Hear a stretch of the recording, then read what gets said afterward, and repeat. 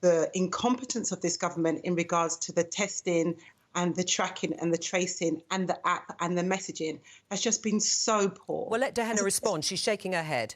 I am shaking my head because it's very easy to criticise from the wings, Dawn. Very, very easy to criticise. This is a completely unprecedented situation. And I think the government, all the departments, all the civil servants working on this have done an exceptional job to respond to something that 8 months ago wasn't even particularly on our radar. And I think they deserve our praise and our thanks. And we've done valiantly given the circumstances. Dawn?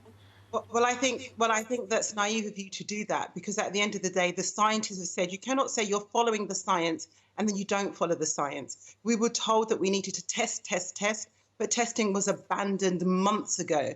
And that wasn't because it was the right thing to do, it was because of capacity. And that's why the government abandoned the testing. The app, £11 million the government spent on the app.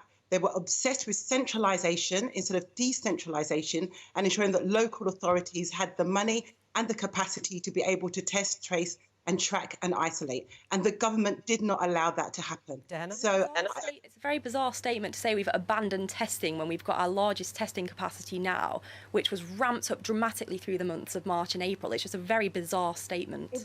The fact is it wasn't. The fact is you abandoned the testing in March. The fact is, Dawn, they didn't abandon the testing. They abandoned the testing app, but not the testing. The amount of testing has gone up. But the thing is, they abandoned it in March, even though they knew that they were focusing on a centralised system. And what we really needed was a decentralised system in order for it to work. Right. So that incompetence lies solely at the feet of this government. And you go back to all the interviews from the scientists, Joe, and you will see that they warned against this right in the very beginning.